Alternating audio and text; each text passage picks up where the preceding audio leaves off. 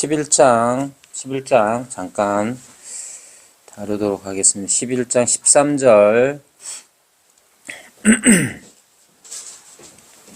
11장 13절부터 보시면 이방인인 너희에게 말하노라 하시는 요 교재의 그 달라부터 사도 바울이 지금 계속해서 하고 있는 일이 뭐냐면 하나님의 경륜이라고 하는 건 하나님이 어떻게 일하시는지 하나님의 일하심의 방식을 이제 경륜이라고 하는데요. 이제 바울은 유대인들에 대한 하나님의 경륜에 관하여서 가르치고 있습니다. 근데 이제 사람의 눈으로 보기에는 이 유대인들이 이미 마치 하나님의 선택에서 넘어진 것처럼 보이죠. 왜냐하면 대표적으로 예수님을 그리스도를 십자가에 못 박는데 내어 주었기 때문에 사람의 눈으로 보기에는 유대인들이 하나님의 선택에서 넘어진 것처럼 보입니다. 그러나 그것 자체, 유대인들의 이 실패처럼 보이는 이것 자체도 하나님의 뜻 안에 있다는 사실을 가르치고 있습니다. 그래서 구원이 이방인에게 이르렀다 이렇게 말하죠. 즉 그들의 넘어짐이라는 것을, 즉 유대인들의 넘어짐이라는 것을 그들의 우둔함, 그것으로만 보느냐. 만약에 유대인들은 뭘 잘 몰라서 참 메시아, 참 구원자이신 예수님을 십자가에 못 박도록 버렸다라고 했을 때 그렇게만 본다면 이방인들이 유대인들을 대하는 태도가 어떠할까 생각해 볼 수 있는 거죠. 그래서 지금 13절에서 이방인이 너희에게 말하노라 이렇게 말하는 겁니다. 자, 이런 거예요. 역사상 유대인의 역사를 보면 이제 로마 제국 하에서 로마 제국이 이제 기독교를 받아들이고 난 다음부터 기독교인들이 권세를 잡게 됩니다. 그러면서부터 오랜 세월 동안 일어났던 일들이 뭐냐면 유대인들을 예수님을 죽인 민족으로 여러 가지 어려움들을 하게 합니다. 심지어 이제 2차 세계대전 때 독일에서 일어났던 일들도 마찬가지죠. 게르만족의 그 위대함을 이제 히틀러가 말할 뿐만 아니라 거기다 대고 자기에 대한 우월성을 또 드러내기 위해서 유대인들을 학살하는 일들. 그 근거 중에 하나가 또 예수님을 죽인 민족이라는 손가락질 같은 것들이었어요. 그렇게 되기가 쉬운 거예요. 자, 유대인들은 어떤 사람들입니까? 라고 하면 유대인들은 예수님을 십자가에 내어준, 그러니까 그리스도를 십자가에 못 박은 우둔한 자들이요, 하나님의 선택에 있어서 넘어진 자들이다. 그럼 그런 사람들 어떻게 해야 되겠어요? 그런 사람들 어떻게 해야 되겠습니까? 우리 주님을 못 알아보고 우리 주님을 죽인 그런 자들을 어떻게 해야 됩니까? 라고 했을 때 그냥 인간적으로 생각하면 그런 사람들은 벌받아 마땅한 사람처럼 대할 수가 있다는 거죠.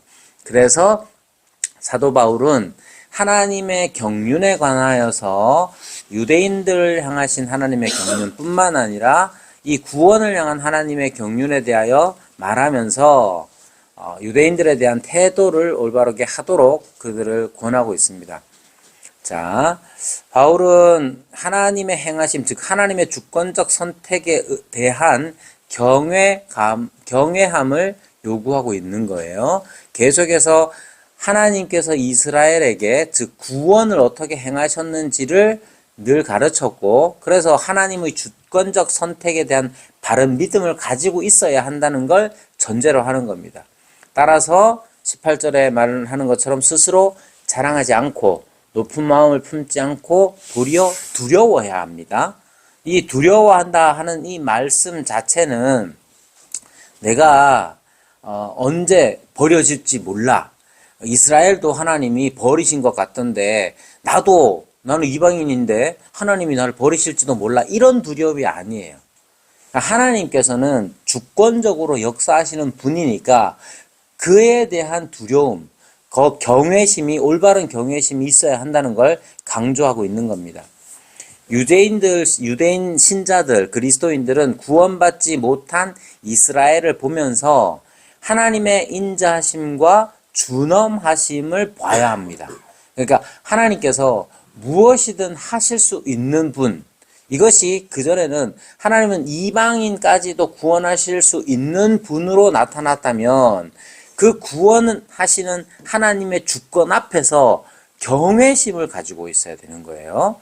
그런 점들을 지금 강조하고 있는 겁니다. 이방인 신자들의 태도에 있어서 가장 주요하게 영향을 미치는 게 무엇이어야 하냐 하면 결과라기보다는 원인에 있는 거예요. 이런 겁니다. 이방인들이 유대인들을 보면서 야, 쟤네들은 예수님을 구원자이신 예수님을 죽인 자들이야. 우리는 예수님을 믿음으로써 구원받은 사람이야. 요런 데 초점을 맞추면 다른 사람을 향해서 자기보다 못한 사람 취급하기가 쉽단 말이에요. 이게 일반적인 신앙의 생활에 있어서도 마찬가지입니다. 우리가 살아가는 데 있어서 저 사람은 안 믿고 나는 믿고, 저 사람은 예수님 욕하고 나는 예수님 믿고, 그러면 요런 이 결과만을 놓고 보면 저 사람은 지옥 가도 될 사람 정도로 생각하기가 쉽단 말이에요. 그러나 사도 바울이 지금 강조하는 건 그런 게 아니라 하나님의 인자심과 준엄하심을 보라고 했을 때에 그것이 나의 구원을 행하시는 하나님의 주권에 초점을 맞춰야 내 구원을 가져다 주신 그 원인이 되시는 하나님의 인자와 준엄, 거기에 초점을 맞춰야 하나님 앞에서 두려운 마음을 가지고 다른 사람, 즉 유대인들을 향해서도 함부로 하지 않는단 말이에요. 그런 것들을 지금 요구하고 있는 겁니다. 우리도 마찬가지예요. 우리도 지난번에도 예를 들었지만 예를 들면 그게 실제로 일어난 일은 아니겠지만 흔히 보이는 것들 중에 하나가 그런 거예요. 여러분, SK의 최태원 회장이 감옥소에서 나올 때 사회적 이슈가 많이 됐습니다. 어떤 이슈가 됐느냐? 그 노태우 딸과 결혼했잖아요. 그 덕분에 이제 SK가 재벌이 됐는데 그 노소영 씨와 이혼하고 그 사이에 내연녀였던 젊은 이름도 모르겠네. 하여튼 그 사람이 이제 결혼하는 거예요. 이런 걸로 막 이슈가 많이 됐어요. 그 출소를 할 때 여러분 아세요? 그 장면? 모르죠? 성경책을 끼고 나왔습니다. 그러면 출소할 때 성경책을 끼고 나오는 장면을 보면서 저는 짜증이 나더라고요. 근데 그게 뭐 여러 가지 의미를 담을 수가 있겠죠. 담을 수가 있겠는데 이제 대부분의 사람들이 이제 하나님의 용서, 하나님 앞에서의 용서받은 나. 그러니까 내가 지금 뭐 노소영하고 뭐 이혼을 하고 그 결혼 중에 바람을 피웠고 뭐 이런 일들보다 이런 일들 전체를 다 하나님께서 날 용서해 주셨으니 너네가 무슨 말 할 거야. 이런 태도가 사실은 정말로 우리가 초점을 맞춰야 할 태도가 아니란 말이에요. 내가 죄를 지었지. 근데 하나님 다 용서해 줬어. 나는 용서받은 상태야. 지금 이런 걸 강조하는 게, 그런 게 강조될 때도 있지만 지금 여기에서 11장에서 강조하는 건 어떤 거냐면 하나님의 인자심과 준엄하심을 보라. 그걸 유대인들에 관한 이야기들을 하면서 지금 이야기를 하고 있는 거예요. 그래서 이방인 신자들이 유대인들을 대할 때에 어떤 태도를 취해야 하느냐 했을 때 결과적으로 유대인들은 예수님을 버렸지만 난 예수님을 믿었어 하는 이 결과에 초점을 맞추는 게 아니라 나를 구원에 이르게 하신 하나님의 인자하심과 주권에 관한 준엄하심에 초점을 맞춰야 다른 사람들에게도 함부로 하지 않는다 하는 겁니다. 그래서 신비를 알라고 말하고 있죠. 25절, 26절에 이 신비는 이방인의 충만한 수가 들어오기까지 이스라엘의 덜어는 우둔하게 된 것이라. 그리하여 온 이스라엘이 구원을 받으리라 했을 때 이 온 이스라엘이라는 것에 대하여서 이제 어떤 사람들은 지금 이스라엘 사람들 전체가 이제 구원을 받을 것이다라고 생각하는 사람들도 있습니다. 이제 하지만 이제 그런 것들은 좀 과하게 표현하면 세대주의의 영향을 받은 이제 것들인데, 여기에 온 이스라엘이라는 것은 뭐 신학자들마다 좀 강조점이 다르긴 하지만 대체적으로 예를 들면 존 스토트라든지 아니면 FF 브루스라든지 이런 사람들은 여기에 온 이스라엘이라는 게 하나님의 택하신 자들에 관하여 하나님의 택하신 모든 사람, 이런 식으로 이제 해석을 합니다. 그래서 그러니까 이제 하나님, 여기에 초점을 맞추는 건 이방인이 유대인들에 대한 태도, 이방인 신자들이 유대인에 대한 태도가 어떠해야 하느냐 하면, 하나님의 이 신비를, 하나님의 신비, 하나님의 계획의 그 신비에 대하여서 믿음으로써 여전히 전도의 문을 열어놓고 최선을 다해서 이방인, 유대인들에게 복음을 전할 수 있어야 한다, 이렇게 강조하는 겁니다. 32절, 하나님이 모든 사람을 순종하지 아니하는 가운데에 가두어 두심은 모든 사람에게 긍휼을 베풀려 하심이로다. 이 말씀이 이제 까다로운 말씀, 이제 해석하기 까다롭기도 한데, 32절은요 11장뿐만 아니라 9장에서부터 시작된 단락의 그 결론에 해당되기도 합니다.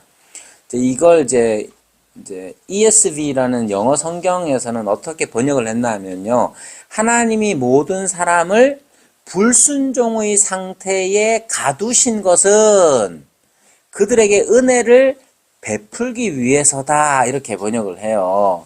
그래서 여기에 이제 모든 사람, 여기에 모든이라는 것이 강조되면서 어떤 사람들은 이제 보편 구원론을 주장하기도 합니다. 그러니까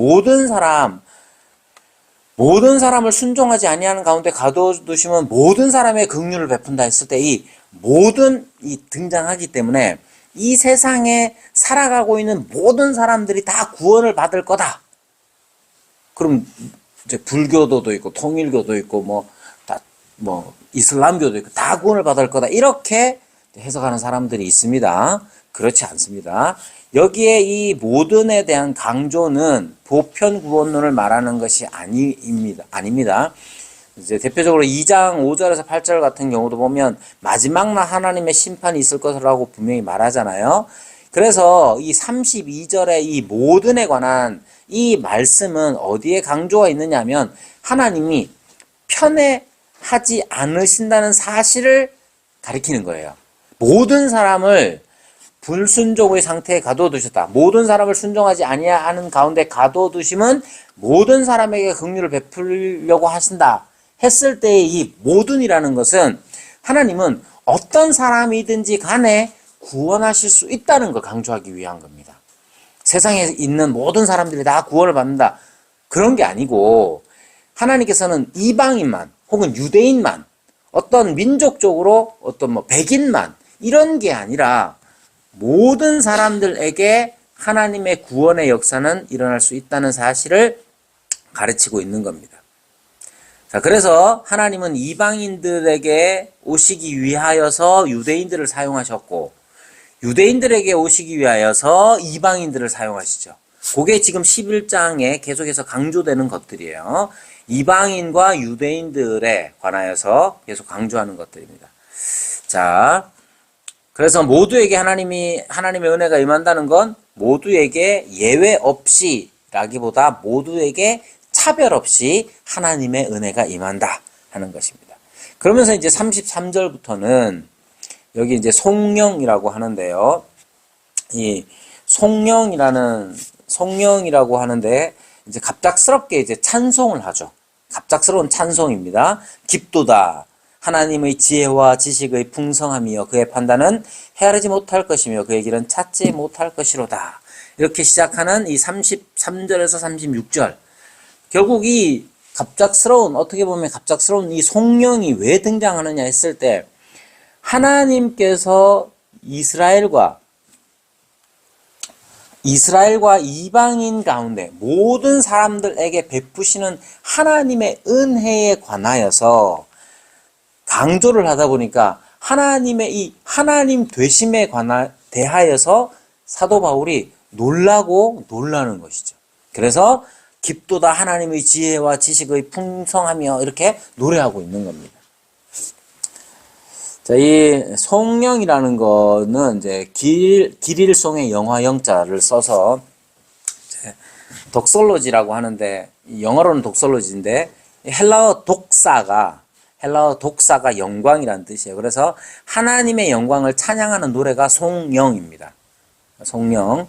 여러분들 보통은 이제 예배 시작하고 마칠 때쯤에 이제 짧은 찬송을 하잖아요. 그걸 송영이라고 하는 거예요. 1장에서부터 7장까지 이렇게 범주화된 거, 이렇게 1장에서부터 7장까지가 송영인데, 그걸 이제 하나님의 영광을 찬양하는 노래죠. 이것이 이제 11장 마지막에 등장을 하는 까닭은 두 가지가 있습니다. 앞에서 말한 9장부터 말한 이스라엘의 구원에 관한 사도 바울의 가르침, 즉 하나님의 말씀에 사도 바울은 이 하나님의 깊으신 지혜와 지식의 풍성함에 놀라서 하나님께 찬송하죠.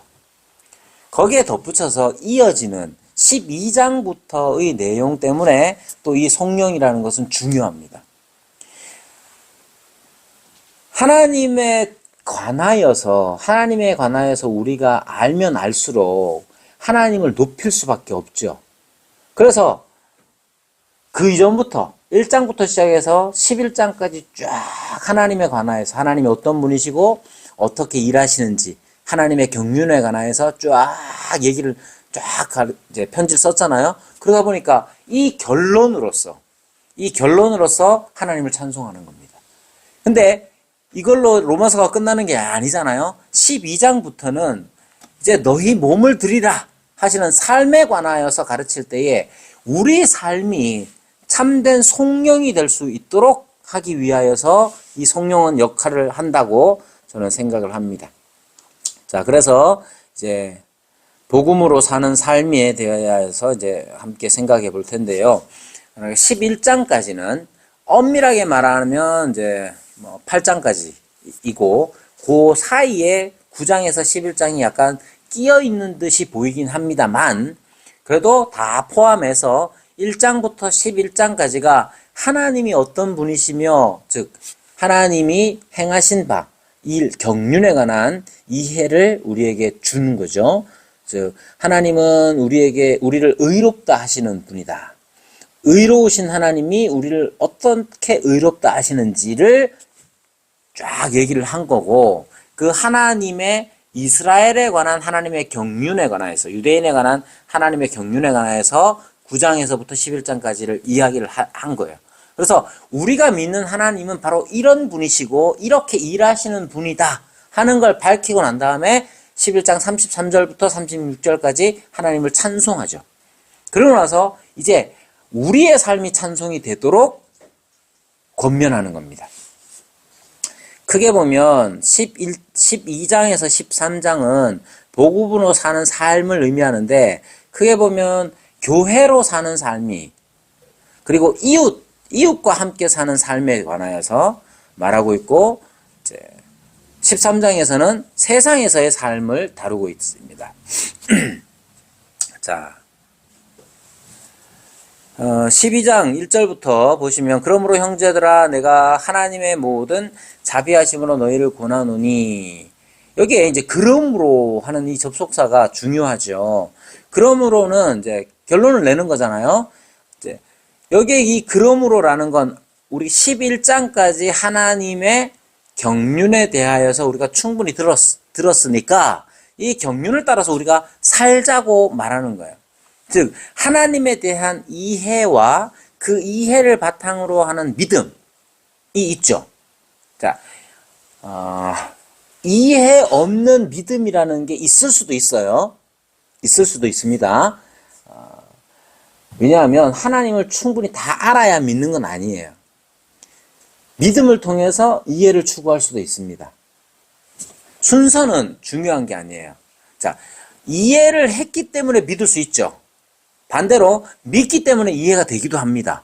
반대가 아니에요. 이것 둘 다는 무엇이 먼저냐 하는 것들은 있을 수 있죠. 차이가 있을 수 있지만 두 가지가 다 있어야 돼요. 맹목적인 믿음이라는 건 사실 이제 맹목적인 믿음이라는 건 거의 없어요. 아는 게 이해하는 바가 적을 수는 있지만 아예 없을 수는 없어요. 믿음이라는 것과 이해, 내가 아는 것은 항상 같이 갑니다. 여러분, 이제, 초등학교, 이제 주일학교 학생들한테, 요즘 중고등부도 대부분 다 그럴 텐데, 여러분 해보셨잖아요. 하나님 어떤 분이시죠? 그럼 애들이 뭐라 합니까? 좋은 분이요. 간다. 맞아요, 틀려요? 맞아요. 좋은 분이죠. 좋은 분인데 어떻게 좋으냐를 좀 더 풍성하게 이해하면 할수록 우리 믿음이 더 풍성해지죠. 그리고 적용하는 이제 우리의 삶에 살아가는 데 있어서의 공급되는 힘도 다릅니다. 이 둘은 만약에 이제 주일학교 학생들이 하나님 좋은 분요. 그게 너무 단순하지만 사실은 맞는 말이에요. 단순하지만 그것에서 바탕은 그냥 막연한 어떤 이해와 그 막연한 이해를 바탕으로 하는 믿음이 있을 수 있죠. 그거 잘못된 것도 아니고 그럴 수 있어요. 하지만 우리의 이해의 폭이 넓고 깊어지는 만큼 우리 믿음의 폭도 넓고 깊어집니다. 순서를 반대로 해서 우리의 믿음의 폭이 더 넓고 깊어지면 그 믿음을 바탕으로 한 하나님에 대한 우리의 이해 또한 넓어지고 깊어진단 말이에요. 12장에 그러므로라고 했을 때 이 그러므로가 담고 있는 바가 그거예요. 11장까지 여러분들이 얼만큼 이해하셨어요? 이해를 못하면 이제 못 삽니까? 꼭 그런 건 아니에요. 그러나 우리가 이해하는 바가 더 깊어지고 넓어지면 우리의 믿음 또한 풍성하게 될 거라고 하는 겁니다. 그리고 이 이해와 믿음이라는 것을 바탕으로 해서 우리는 살아내는 거예요. 이해와 믿음을 바탕으로 해서 살아내는 겁니다. 그래서 이게 12장 1절에 이렇게 말합니다. 그러므로 형제들아 내가 하나님의 모든 자비하심으로 너희를 권한다. 어떻게 보면 너희를 권한다 하시는 것의 그 바탕이 되는 게 뭐냐면 하나님의 모든 자비하심이에요. 다르게 표현하면 이 하나님의 모든 자비하심이라는 것이 앞에서 말한 11장까지의 내용을 압축하는 것일 수도 있어요. 하나님의 모든 자비하심, 이것이 권면의 근거가 됩니다. 자, 하나님은 바울에게 자비를 베푸셨죠. 어떻게 베푸셨습니까? 하나님께서 바울에게 베푸신 자비의 구체적인 내용이 뭡니까? 그렇죠. 하나님이 그를 택하시고 그를 사도로 부르시고 복음 전도를 하게 하시고 이게 다 하나님의 베푸신 자비잖아요. 그리고 그 자비에 힘입어서 사도 바울은 지금 자기의 삶을 살아가고 있는 거예요. 힘써서. 그래서 지금 사도 바울이 말하는 겁니다. 이 자비를 근거로 권하고 있는 겁니다. 그리고 이 자비하심에 대한 첫 번째 반응이 사실은 11장 33절부터 36절에 나오는 찬송, 송명인 것이죠. 자, 첫 번째 권면이 뭐냐 하면 너희 몸을 하나님이 기뻐하시는 산 제물로 드리라 하는 거예요. 여기에 드리라 하는 이 말 자체가 사실은 이제 제사에서 사용된 제의적 용어입니다.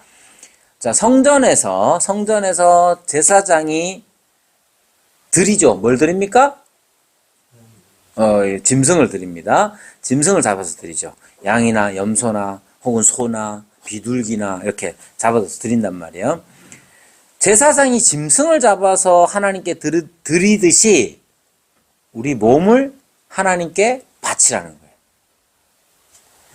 자, 짐승이 아닌 우리 몸을 하나님께 드리라고 하는 겁니다. 여기에 이 몸은 이게 뭐 헬라어 소마 이거 자체는 육체만을 의미하는 게 아니에요. 이건 전인격을 의미하는 겁니다. 온전한 인격, 전인격을 의미하여 즉 몸과 마음 모두를 드려야 합니다. 사실은 몸과 마음 혹은 영혼과 육체, 우리 존재가 영혼과 육체로 구성되어 있다고 하는데 영혼과 육체는 분리되지 않습니다. 영혼과 육체가 분리되면 어떻게 됩니까? 죽는 거죠. 죽는 거라서 영혼과 육체는 우리가 이 세상 살아가면서 분리되지 않아요. 너희 몸을 드리라 했을 때 내가 몸만 드릴 수 있느냐? 여러분 남편, 여러분 부인이 몸만 내 옆에 있다. 그럼 묘한 상황이잖아, 그죠? 그건 있을 수 없는 일이에요. 그래서 이 몸을 드린다는 건 우리의 전인격을 주님께 드린다 하는 겁니다. 제물은 어떻게 드리느냐 하면 사는 걸 드리지 않습니다. 죽여야 돼요. 우리가 하나님께 드려지는 제물이 되려면 어떻게 해야 될까요? 죽어야 됩니다.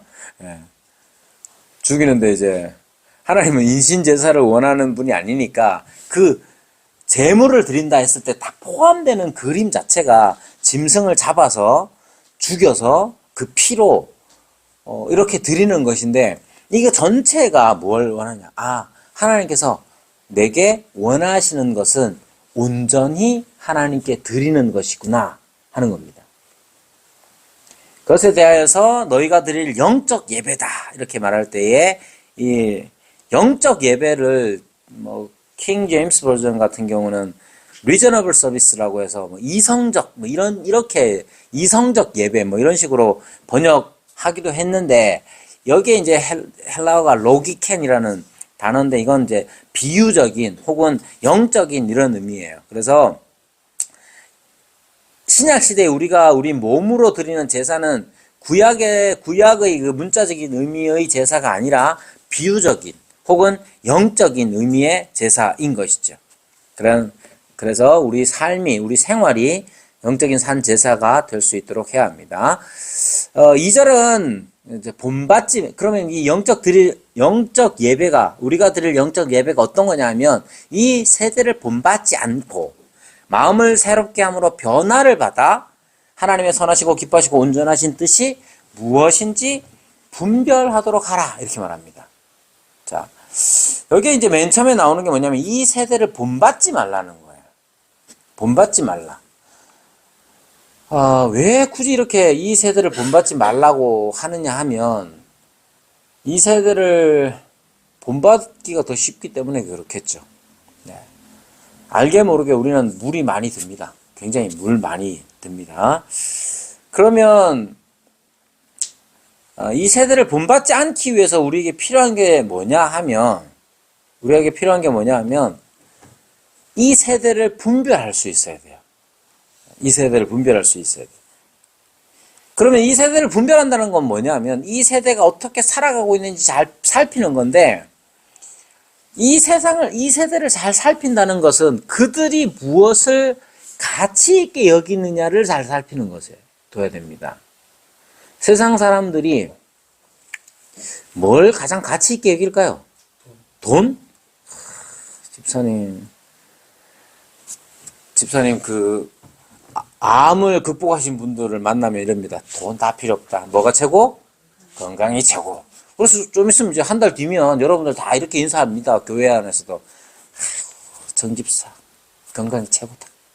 맨날 이래요. 그걸 우리가 송구영신, 묵은 것을 보내고 새로운 것을 맞이하는 그 시기에 우리의 지체를 향하여서 우리가 그렇게 말한단 말이에요. 아이고, 권사님, 건강이 최고입니다. 진짜입니까? 건강이 최고입니까? 야, 건강만 해가 되나? 돈도 있어야지. 우리 다 이렇게 굴비 엮듯이 이렇게 줄줄줄줄 엮여가지고 돈도 필요하고 건강도 필요하고 돈도 있고 건강도 있으면 다 만족합니까? 우리가 이제 셋째가 이제 고3 되거든요. 아가 이제 학교도 잘 가야지. 온갖 것들이. 그러니까 우리가 이 세대를 본받지 말고라는 이 말씀 안에 이 세상 사람들이 무엇을 소중하게 여기는지를 알고 거기에 따라가라는 게 아니고 우리에게 가장 소중한 게 뭔지를 생각해야 돼요. 건강 중요하죠. 저는 매일은 아니더라도 생각날 때마다 우리 교인들, 아픈 교인들을 위해서 기도합니다.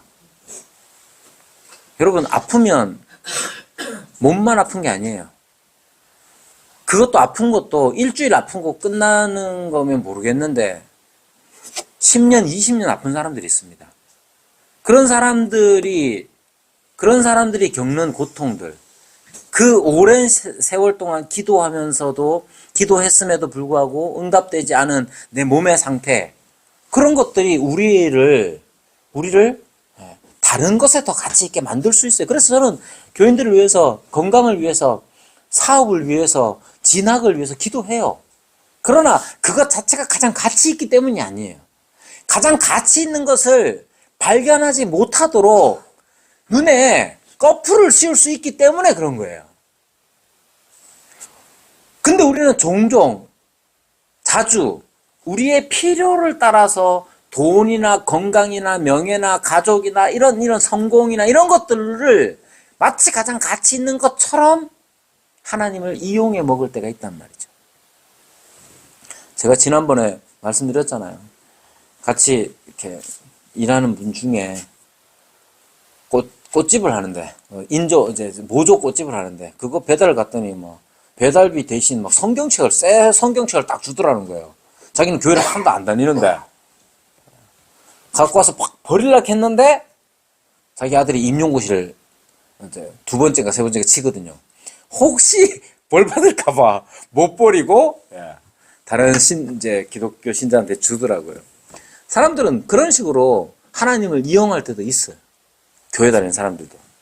그래서 이 세대를 본받지 말라는 것이 앞으로 나아가기 위해서 지금 자기를 올가매고 있는 게 뭔지를 알아야 됩니다.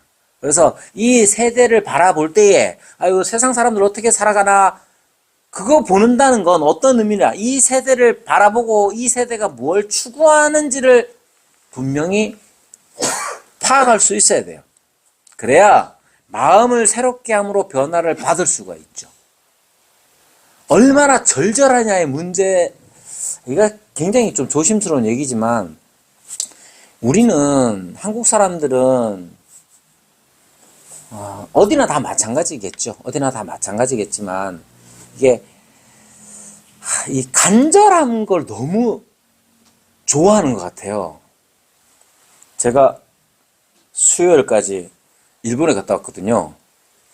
일본 신사에 한번 구경을 갔더니 아침에 9시 안 돼가지고 갔는데 중년 여성 한 분이 오더니 다른 분들도 신사 앞에 이제 절을 하면서 굉장히 정말 누가 봐도 공손하게 그리고 간절하게 이렇게 기도하는 모습이 보이더라고요. 그런 걸 보면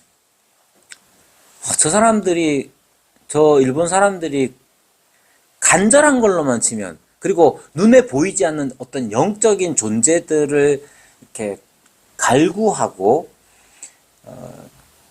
신사가 그런 곳이거든요. 그런 것만 보면 우리의 구원에서 멀지 않은 것처럼 보여요. 그러나 간절한 것 자체가 문제가 아니란 말이에요. 이 세대를 본받지 말라는 것 안에는 마치 신앙생활도 간절하면 다 되는 것처럼 생각해요. 간절하게 건강을 위해서 기도하면 다 됩니까? 될 수도 있죠. 그건 간절하면 기본인데 우리의 간절함이 어디를 향하고 있느냐가 중요한 거예요. 건강을 회복을 위해서 돈 많이 버는 거 위해서 간절하게 기도해야 합니다.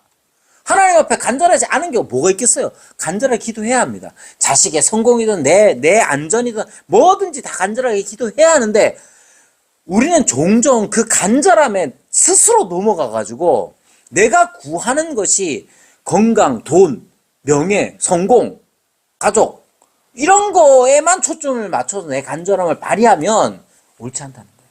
그건 이 세대를 본받는 것과 같은 거예요. 근데 종종 자기 스스로도 속습니다. 내가 이렇게 간절한데, 나의 간절함에 내가 탐복을 받아가지고 이 정도면 하나님이 들어주셔야 되지 않나? 는 식으로 이해하는 건 사실은 저는 그건 저는 안 그랬으면 좋겠다 싶습니다. 그 간절하게 기도하지 말라는 게 절대로 아닙니다. 우리는 어떤 일에든지 하나님을 향하여 간절해야 되는데, 예. 그래서 이 세대를 본받지 말라 하시는 말씀 속에 우리가 정말로 가치 있게 여기는 게 무엇인지도 살펴봐야 합니다. 자, 그리고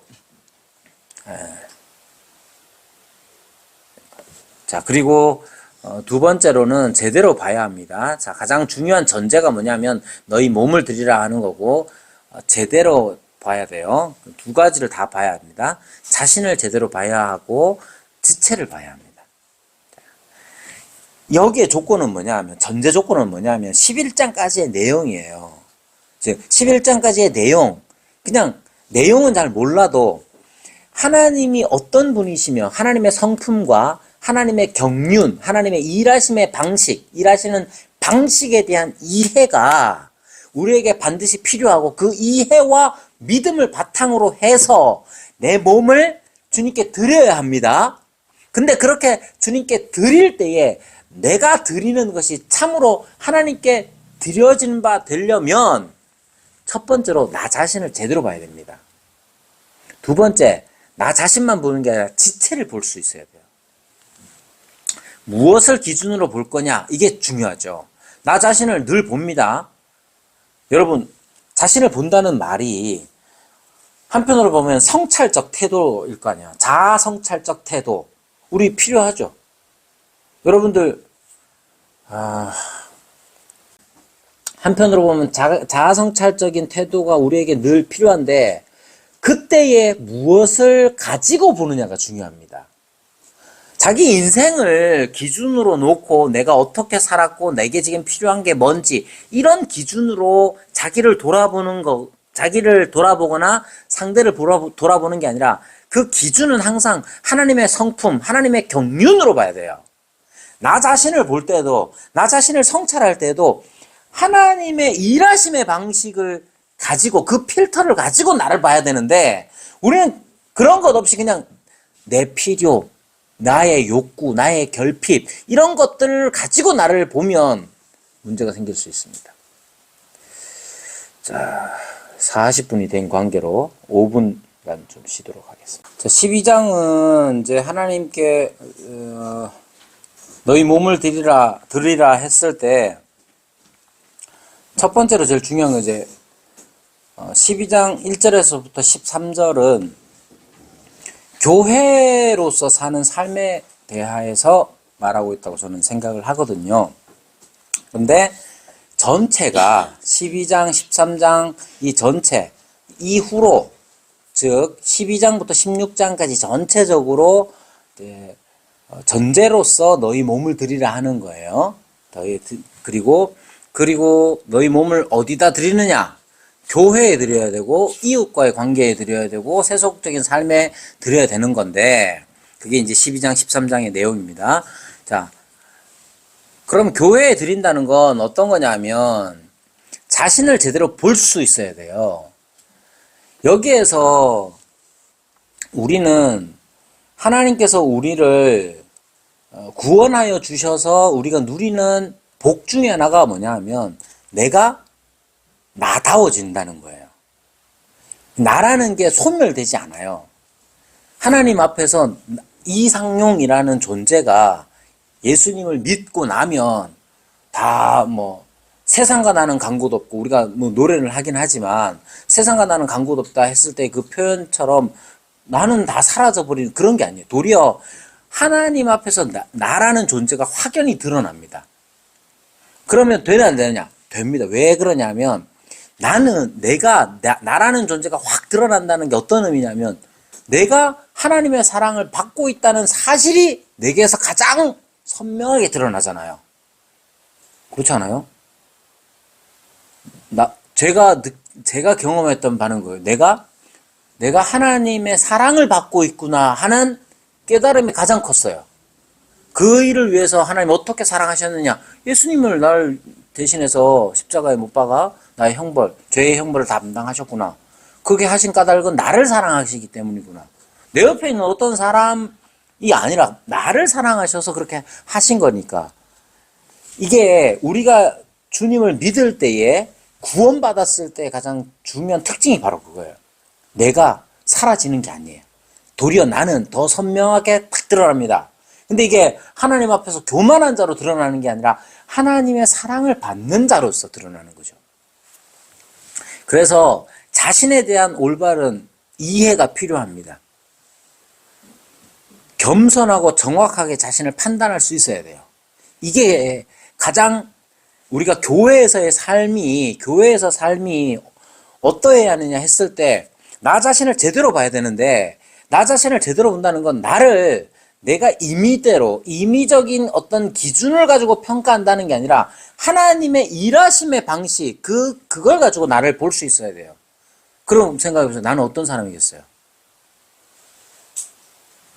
죄인이었지만, 죽었던 자이지만, 하나님께서 그 새 창조의 능력으로서 나를, 죄와 허물로 죽었던 나를 살려주셨잖아요. 어떻게?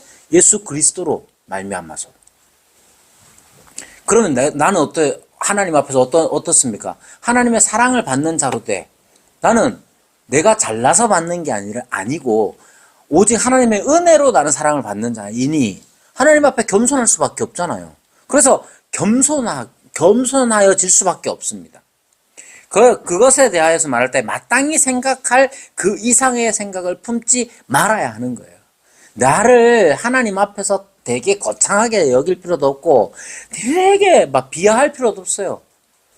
여전히 하나님 죄인이죠. 그러나 그 모든 죄에 대한 형벌을 주께서 대신 담당하셨고 우리에게 주께서 이루신 의를 덧입혀 주셔서 우리는 하나님 앞에 살아가는 거예요. 그게 중요합니다.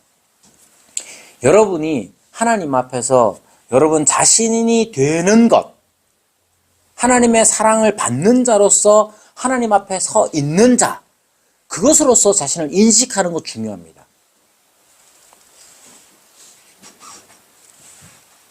나 자신이 하나님의 자비하심으로 말미암아 하나님의 자녀가 되었다는 사실을 기억해야 합니다. 그리고 나서 어떻게 되느냐면 나 자신을 그렇게 보죠? 그런 다음에 다른 사람들을 봅니다. 근데 여기에서 보이는 다른 사람이란 우리가 함께 교회 생활을 하는 우리의 지체들, 형제요 자매들을 보는 거예요. 저는 그렇게 생각해요. 우리가 좋은 신앙을 간직하기 위해서 필요한 게 뭐냐면 교회예요. 교회 안에서의 관계가 확장되는 거예요. 교회 안에서는 잘 지내는데 밖에서는 이런 거는 나는 이게 교회에서 잘 지낸다는 게 교회 안에서 서로 양보하고 서로 섬기고 용서하고 인내하고 사랑하고 돕고 이런 게 우리의 실제가 돼야 돼요. 실존이 돼야 돼요. 그리고 이러한 실존이 더 확장되는 게 이웃과의 관계고 세상에서의 삶이다 이 말입니다. 자, 거기에서 중요한 게 뭐냐면 우리가 제일 가까운 동심원, 여기에 이제 12장 1절에서부터 13절은 제일 안에 동심원이에요. 그리고 12장 14절부터 21절까지입니까? 그리고 13장은 이렇게 되는 거죠. 13장. 여기 중심에 하나님과 나 사이의 관계가 있는 거죠.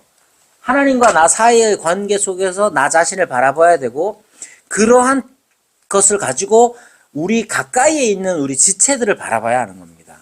그때 뭐가 보여야 하느냐 하면 다름이 보입니다. 이 다름이라는 건 나쁜 게 아니에요. 뭐 한국 사람들 다르다, 틀리다를 혼용하여 사용하긴 하지만 다른 것과 틀린 건 다른 거죠. 그죠? 틀린 건 틀린 거예요. 나쁜 거예요. 다른 건 다른 것일 뿐이죠. 지체를 본다는 건 다름을 틀림으로 보지 않는 거예요. 하나님께서 우리를 하나로 부르셨잖아요. 한 머리의 지체로 삼으셨습니다. 지체됨을 본다는 것은 머리이신 그리스도를 따르는 겁니다. 자, 그래서 우리가 교회 안에서 여러 사람이 있고, 각양 은사가 다 다르고, 그렇기 때문에 4절, 5절 말씀 보세요. 우리가 한 몸에 많은 지체를 가졌으나, 모든 지체가 같은 기능을 가진 것이 아니니, 이와 같이 우리 많은 사람이 그리스도 안에서 한 몸이 되어 서로 지체가 되었느니라. 근데 지체는 다르기 때문에, 이 다르다는 점 자체를 틀리는 것으로 자꾸 생각하지 않도록 해야 합니다. 그리고 나서 어떻게 해야 되느냐 하면 이제 섬김으로써 몸을 세우는 일들을 해야 하는 거예요. 우리 곁에 있는 이 지체들이 나와 같지 않아요. 나와 같지 않아요? 그러면 이 사람이 틀린 사람이 아니라 나와 다른 사람이에요. 근데 이 다름이라는 것은 그리스도께서 모든 사람을 다스리고 각양 은사로서 모든 사람들을 다스린다는 사실을 드러내도록 우리는 우리의 선택들을 해 나가야 되는 겁니다. 은혜대로 받은 은사가 각각 다르죠. 그래서 신앙생활, 교회 생활이라는 건 획일화가 아닙니다. 획일화가. 다 여러분 다 전부 다 목사님과 같으면 좋을까? 뭐 그건 알아서 하시고, 다 여러분 나와 같으면 제일 좋을 것 같아요? 그렇잖아요. 다 다릅니다. 신앙은 단색이 아니에요. 이때의 신앙이라는 건 나 혼자만의 신앙이 아니에요. 교회됨이라는 건 단색이 아니에요. 총천연색이에요. 세상에서 우리가 발견할 수 있는 우리가 아름다움을 교회 안에서 맛보고 누려야 되죠. 그러기 위해서는 은사가 다르고 섬기는 방식이 다르다는 점을 이해해야 합니다. 7절 이하의 말씀처럼 위로하는 자가 있죠. 다스리는 자도 있죠. 위로하는 자와 다스리는 자는 중요하게 여기는 게 다릅니다. 은사가 다르다는 건 그런 거예요. 보는 눈이 달라요. 제가 대학 때 친구가 지금 이제 일본에 있는데 그 친구 엄청 친한 친구거든요. 4명이 같이 자취를 했어요. 근데 그 친구는 집에 딱 가면 보는 게 뭐냐. 나는 집에 딱 가잖아. 이제 자취방에 딱 가면 뭘 보느냐 하면 오늘은 무엇을 먹을까를 봅니다. 내가 주로 이제 요리하는 걸 좋아해가지고 음식 만드는 걸 좋아해서 만들어 같이 먹는 걸 좋아합니다. 근데 이 친구는 뭘 보느냐? 집이 얼마나 청결하냐를 봅니다.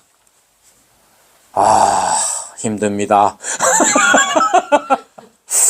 자, 그래서 나는 이제 집에 가면서 나는 이제 오늘 뭘 먹나? 집에 뭐 파가 있나? 뭐 양파가 있으면 양파를 뭘 먹나? 이런 걸 고민하는데 이 친구는 파가 파의 자리에 있어야 되고 그런 거예요. 자, 교회에서도 마찬가지예요. 교회에서도 어떤 사람은 돈을 아껴야 한다고 생각합니다. 어떤 사람은 아니 돈을 잘 써야지 뭐 이런 다양한 사람들이 있어요. 여기 이제 본문 말씀처럼 위로하는 자와 다스리는 자가 똑같은 걸 강조하느냐? 그렇지 않아요. 그럼 여기서 뭘 할 수 있습니까? 하나님께서 우리를 다양한 사람들을 불러주셨을 뿐만 아니라 우리를 풍성하게 하신다는 사실을 알아야 돼요. 서로를 섬기는 것, 그거 주님을 섬기는 겁니다. 그러니까 나와 다른 사람, 이게 세상 사람들 말하는 게 아니에요. 한 신앙 안에 있는, 한 교회 공동체 안에 있는 사람들 중에서 우리가 지체를 바라볼 때에 어떻게 볼 거냐. 나와 다른 사람 있어요? 그 사람 틀렸다고 생각하면 안 돼요. 그 사람에게는 그 사람만의 기질이 있어요. 누가 주신 거예요? 하나님 주신 거예요.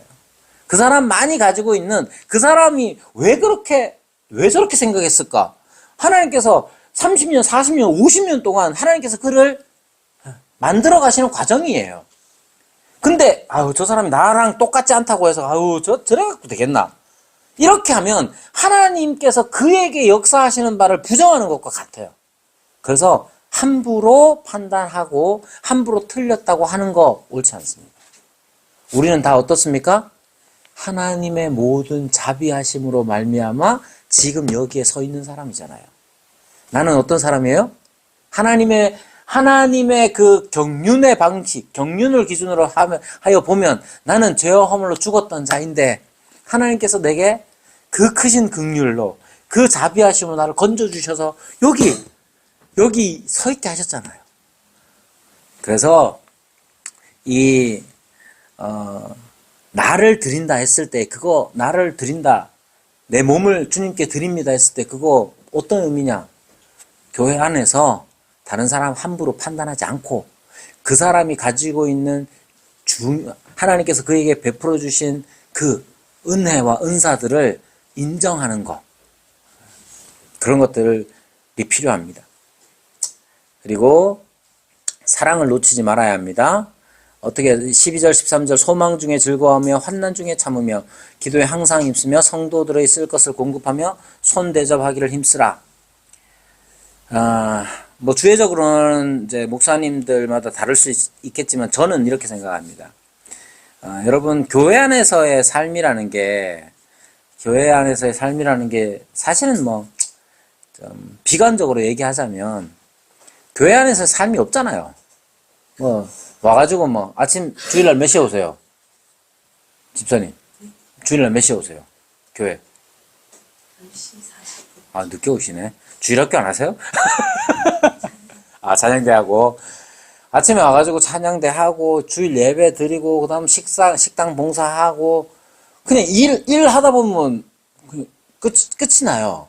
그래서 사실 어떻게 보면 이제 같이 이야기 나누고 같이 서로 그동안 감정적인 어려움들도 이렇게 나눌 수 이런 삶이 좀 좋겠는데 사실 그게 참 쉽진 않잖아요. 그래서 맨날 만나던 사람하고만 따로 만나가지고 이제 차 마시면서 뭐 이렇게 하기도 하고 집에 가기도 하고 뭐 이렇게 하는데 그거라도 있으면 다행이고 교회에서 삶이라는 게 좀 그렇습니다만은 원론적으로 얘기하자면 우리는 교회 안에서의 그 관계들이 더 돈독해야 합니다. 더 가까워야 되고 더 허물 없어야 되고 그렇게 지내야 된단 말이야. 그럼 다 우려하죠. 심지어 저도 전도사 때부터 20대부터 전도사를 했는데 그때부터 들었던 말이 뭐냐? 교인들하고 가깝게 지내지 마라.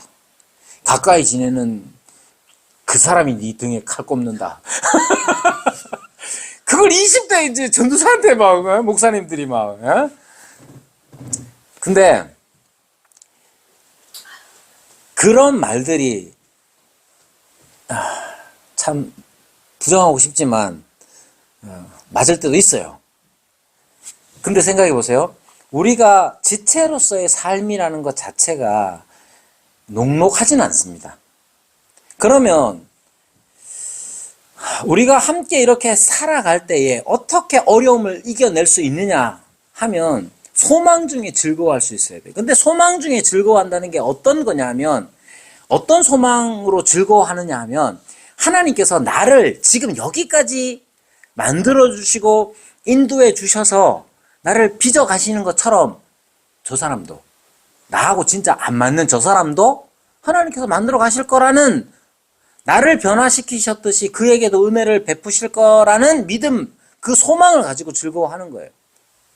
하나님의 자비하심이 내 삶에도 계속될 것이라는 이 확실한 소망이 있기 때문에 다름으로 인한 고통을 우리는 고통스럽게 여기지 않고 하나님에 대한 소망으로 즐거워할 수 있어야 됩니다. 그것이 12절 13절에서 말하는 거예요. 쓸 것을 공급해야 할 성도 중에는 나와 다른 사람도 있겠죠. 내가 돕고 싶지 않은 사람도 있겠죠. 그렇지 않습니까? 근데 그들에게 공급하는 일 또한 소망, 즉 하나님의 자비하심에 있어야 되는 거예요. 손대접이라는 건 손님 대접이에요. 손님 대접이라는 게 옛날에는 지금 사도 바울의 경우만 해도 사도행전에도 보면 손 대접을 많이 받죠. 누군가 그러더라고요. 현대에 잃어버린 중요한 덕목이 뭐냐? 손 대접이다. 근데 이제 장로의 조건 중에는 손 대접 중요합니다. 이게 내 말이 아니고 성경에 나온 말이에요. 자, 손대접이라는 건 이제 손님을 접대하는데 이 손님이 그냥 지나가는 손님이 아니라 사실은 한 믿음 안에 한 사람, 믿음 안에 한 형제된 자들을 낯설지만 믿음을 바라보고 그 믿음, 예수님을 믿는, 주님을 믿는 그 믿음 안에서 하나 되었다는 사실 때문에 그를 환대하는 거예요. 이게 굉장히 중요합니다.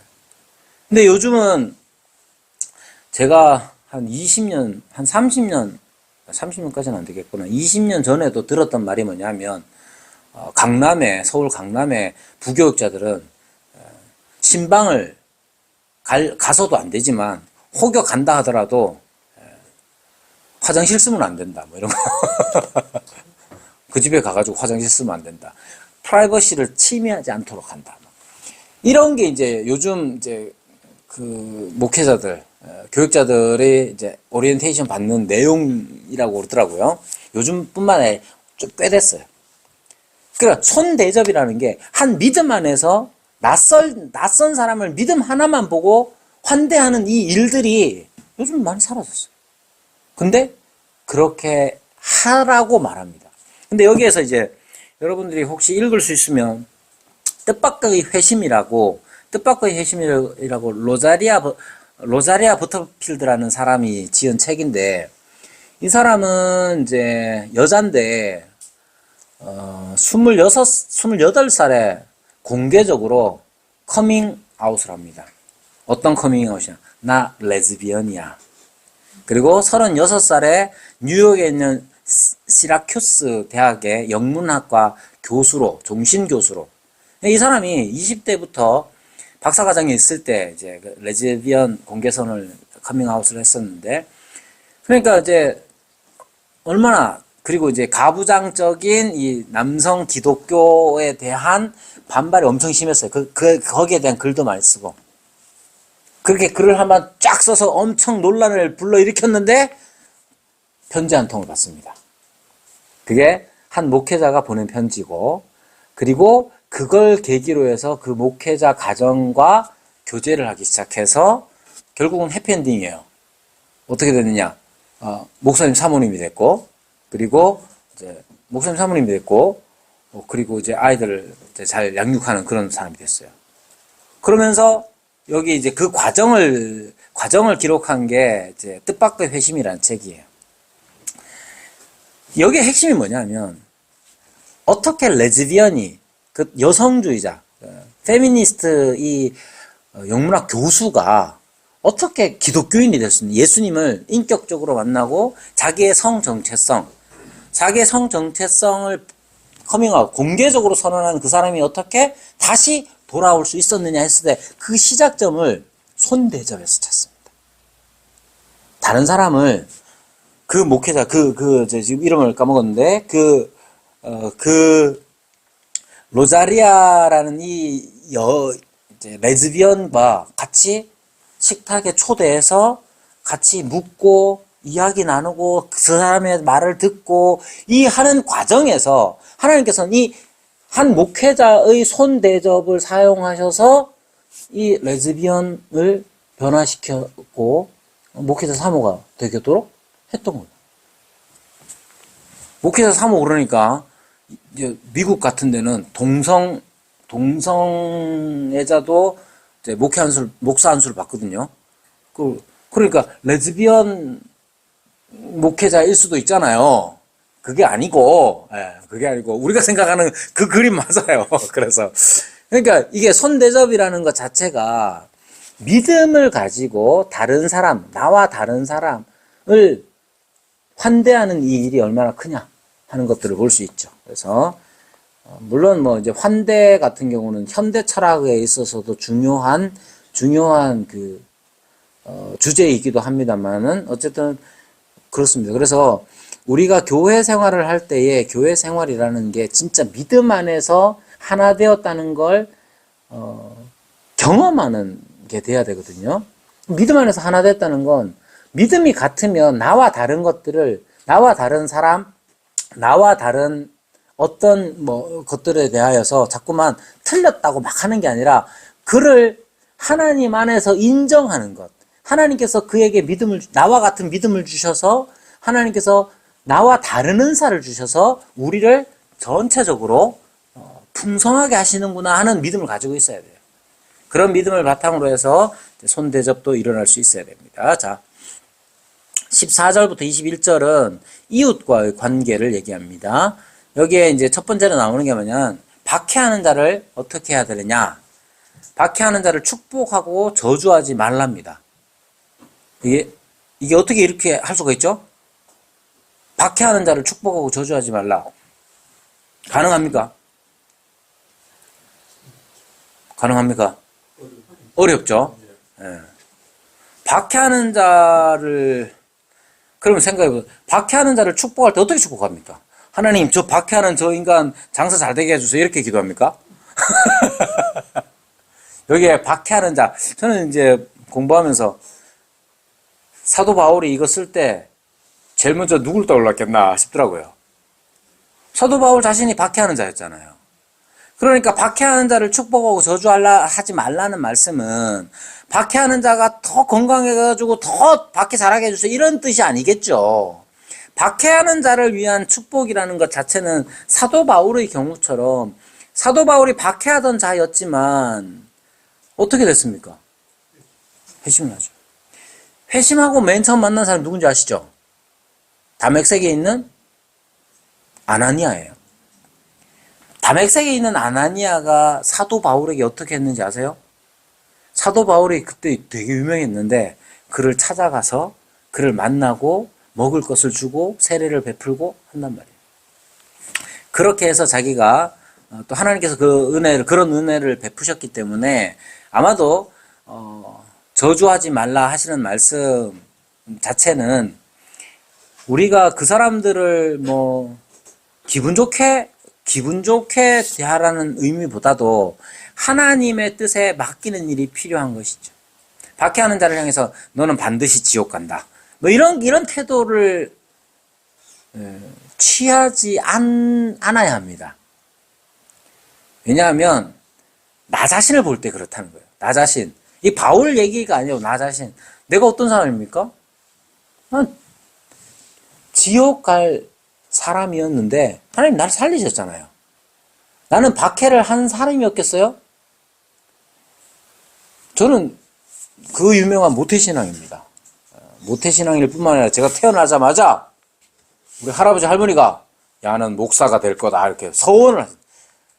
저는 어릴 때도 안경을 안 꼈지만 저는 별명이 우리 큰아버지는 저를 항상 이 목사 이렇게 불렀단 말이에요. 제가 박해자였습니까? 저는 박해자가 아니었어요. 도리어 박해를 받긴 했지만. 근데 나 같은 사람은 그럼 박해를 받으면 그 사람에 대해서 그 박해하는 사람을 향해서 어떻게 해야 되느냐? 저주할 수 있는 사람은 아무도 없어요. 그 누구도. 왜? 우리는 저주 가운데 태어나서 저주 가운데 살았잖아요.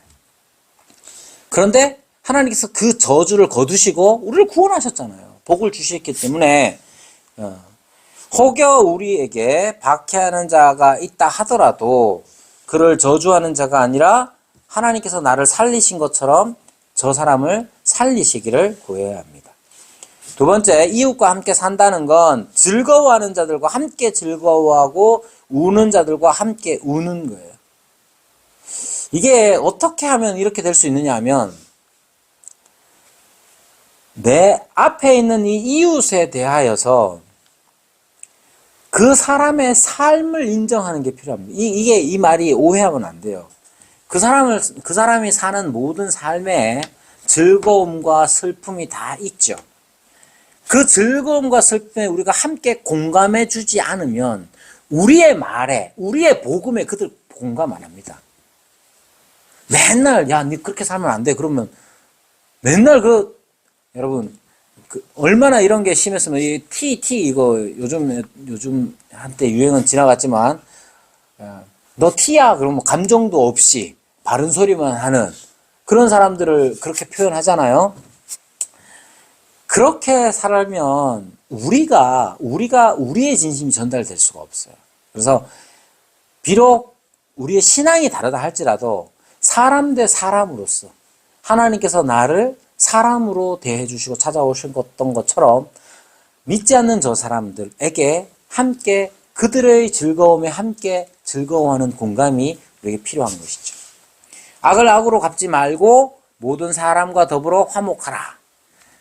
자, 원수가 줄이거든 먹이고 목마르거든 마시게 하라. 그리하므로 네가 숯불을 그 머리에 쌓아 놓으리라. 뭐 어려운 말씀이긴 한데 이게 뭐 다양하게 사용됩니다. 이게 이 사람한테 계속 친절을 베풀어 가지고 그 사람 나 뜨겁게 해라. 뭐 이렇게도 하고 뭐 그래가지고 돌아오도록 해라. 뭐 이런 해석도 있고 아니면 우리가 그 사람들이 안 믿는 사람들에게 늘 친절을 베풀어서 베풀 때마다 그 사람들은 하나님의 진노를 쌓는 거다. 왜냐? 우리가 전하는 말에 반응하지 않으면 결국 하나님께서는 우리의 증언을, 전도를 증거 삼아서 그들에게 진노를 베푸시기 때문이다. 뭐 이런 여러 가지 말들이 있는데 중요한 건 뭐 그런 해석들은 다양할 수 있겠지만 악으로 악을 갚지 않는 것, 악을 악으로 갚지 않는 것, 그리고 사람들과 더불어 화목하는 것, 잘 지내는 거 중요합니다. 괜히 옆 사람하고 옆에 하고 싸울 필요 없어요. 이웃하고 싸울 필요 없습니다. 그러면서 말합니다. 원수 갚는 것은 주께 맡기라. 친히 원수 갚지 말라고 하십니다. 자, 원수 갚는 게 왜 안 될까요? 시편 보면 저주시라는 게 있어요. 저주시. 읽어보셨죠? 어떤 게 있냐면 이런 거예요. 제가 몇 장인지는 기억이 안 나는데 제가 수요 기도회 때 이제 설교를 하는데 본문 읽다가 내 혼자 빵 터졌어요. 어떻게 원수에 대하여 얘기할 때 이렇게 말합니다. 하나님 원수를 혼내주세요 이런 건데 원수의 아들들은 고아가 되게 하시고 원수의 아내들은 과부가 되게 하시고 이게 얼마나 웃기든지 나 혼자만 웃고 있네. 자, 저는 웃겼어요. 자, 아니 너무 심한 것 같게 느껴지잖아요. 원수를 사랑하라고 신약에는 말했는데 원수에게 최대한의 막 하나님께서 갚아주시기를 막 구하는 거. 왜 그러냐면 원수를 우리가 직접 갚으면서 우리는 원수처럼 될 때가 많습니다. 그렇기 때문에 하나님께서 우리를 보호하시는 수단이기도 합니다. 두 번째는 원수는 원수를 갚지 않는 것은 하나님의 통치를 인정하는 것에서부터 시작하는 겁니다. 원수가 언제 원수가 되겠어요? 원수는 언제 됩니까? 원수 집사님 웃죠? 아하 남편? 자식? 예. 예? 있어요. 이제 뭐 솔직하게 대답하시지 마시고 원수가 어떻게 원수가 되겠어요? 내가 어려우면 원수가 됩니다. 맞잖아요. 내가 어려울 때를 치고 들어와가지고 원수가 되는 거예요, 대부분. 그럼 이렇게 생각해 보세요. 원수를 갚지 않는 게 어떻게 가능하냐 하면, 우리는 다 원수를 갚기를 원합니다. 저거 내가 반드시 손 한번 본다. 그러면 속이 시원. 원수 갚기를 원해요. 왜? 근데 어떻게 원수를 갚지 않을 수 있느냐 하면, 이렇게 생각하시면 됩니다. 원수라는 것 자체가 내가 어려울 때 그 어려움을 틈타서 들어온 존재거든요. 내가 이 어려움 속에서 생겨난 이 원수에 대하여서 하나님의 통치를 인정하면 하나님께서 나의 어려움을 허용하신 것이고 심지어 그 원수까지도 허용하신 거예요. 그럼 이 어려움이나 이 원수는 무엇에 쓸모가 있느냐 했을 때 우리는 어려운 지경에 처해야만 깨달을 수 있는 하나님의 경륜, 하나님의 일하심을 겨우 깨달을 때가 있어요. 돈이 중요한지는 언제 압니까? 돈이 없을 때 알아요. 건강이 중요한 건 언제 압니까? 건강을 잃어봤을 때 알아. 그죠? 우리가 겪는 이 어려움들은 하나님께서 허용을 하신단 말이에요. 왜 허용하시겠어요? 우리가 그 지경에 빠져야만 겨우 깨달을 수 있기 때문에 하나님께서 허용하시는 거예요. 거기에 우리를 어렵게 하려고 원수들이 틈을 타서 더 어렵게 만드는 거죠.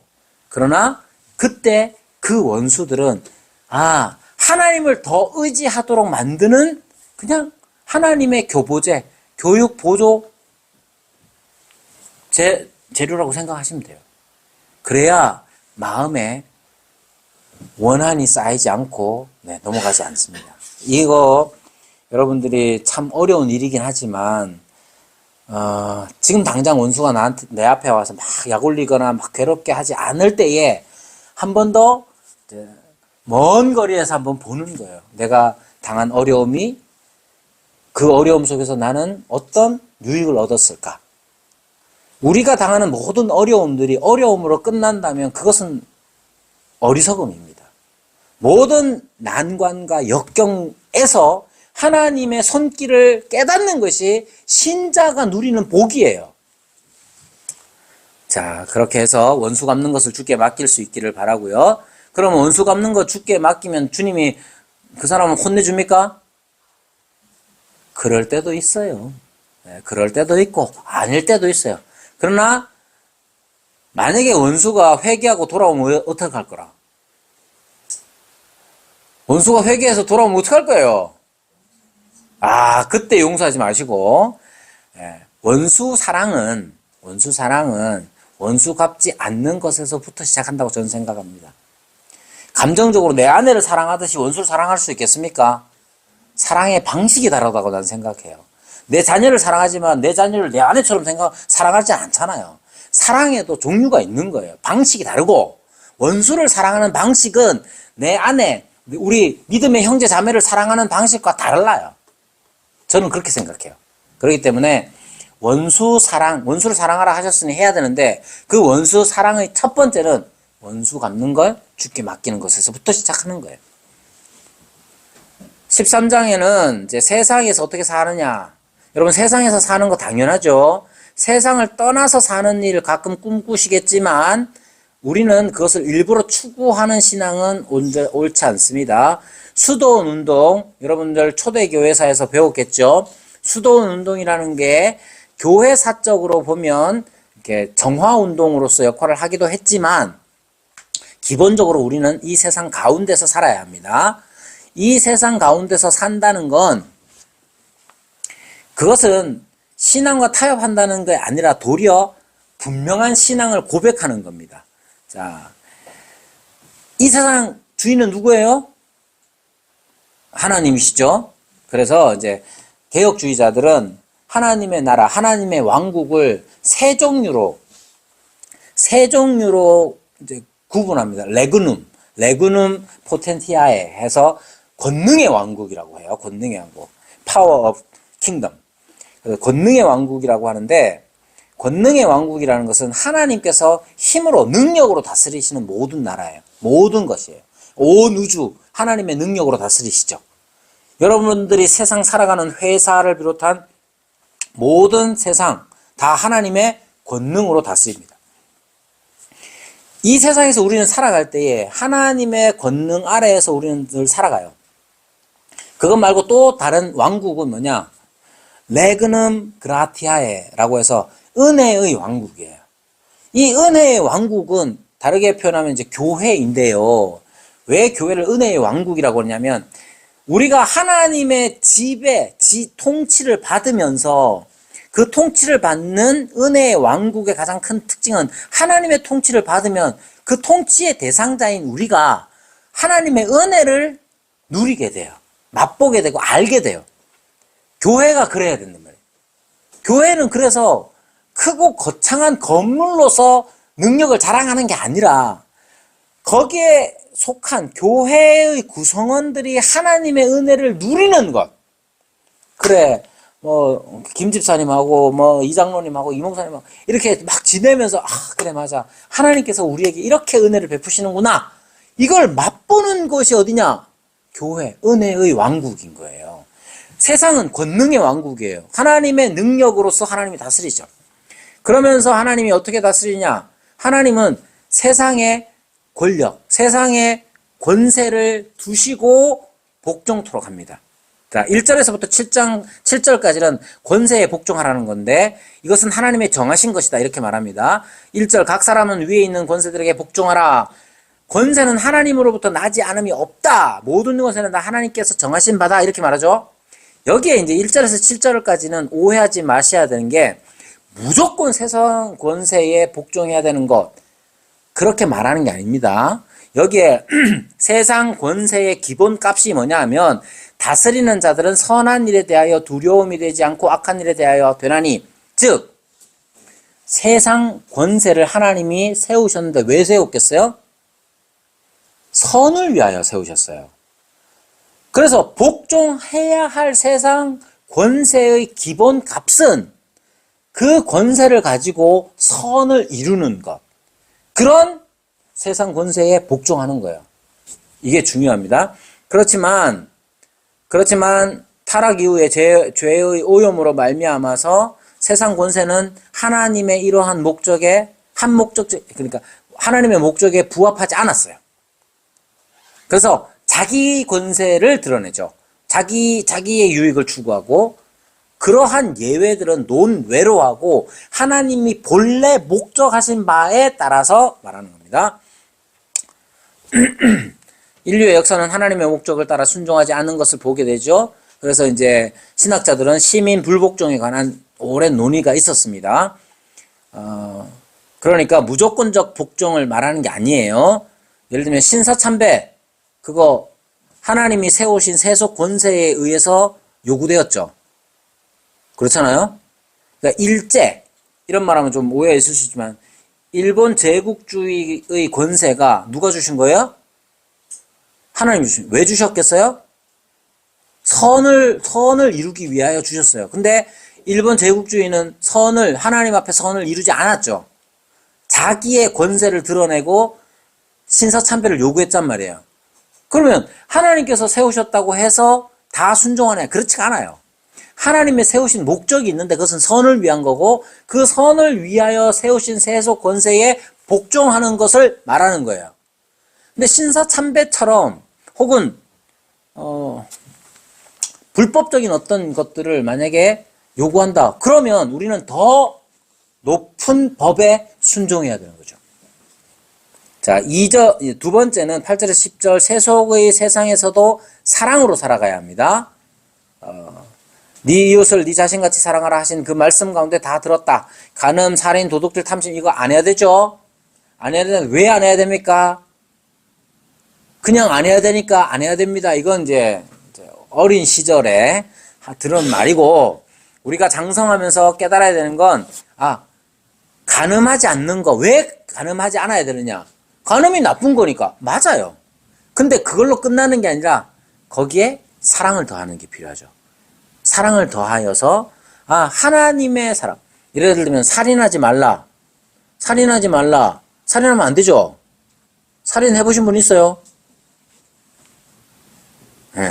다 대답 못하는 게 다 해봤죠. 미워하는 것도 살인하는 거잖아요. 그죠? 그래서 살인하지 말라는 건 사람을 사람으로 대하는 거예요. 그거 사랑 가운데서 행하는 겁니다. 세 번째, 구원받은 자로 살아야 합니다. 세속 권력과의 관계, 세상 사람들과의 관계, 이 모든 관계들 속에서 어떻게 해야 되느냐? 정신 바짝 차려야 돼요. 밤은 깊고 낮이 가까웠으니 오직 주 예수 그리스도로 딛고 정욕을 위하여 육신의 일을 도모하지 말라. 이 말씀을 우리 기억하시면서 오늘은 조금 2분 오버했네요. 자, 우리 은혜의 왕국. 세 번째는 영광의 왕국. 영광의 왕국은 잘 들으셨는데요. 영광의 왕국은 예수님께서 다시 오셨을 때에 이루어질 온전한 하나님 나라. 그것을 영광의 왕국 이렇게 세 개로 나눕니다. 자, 기도하겠습니다.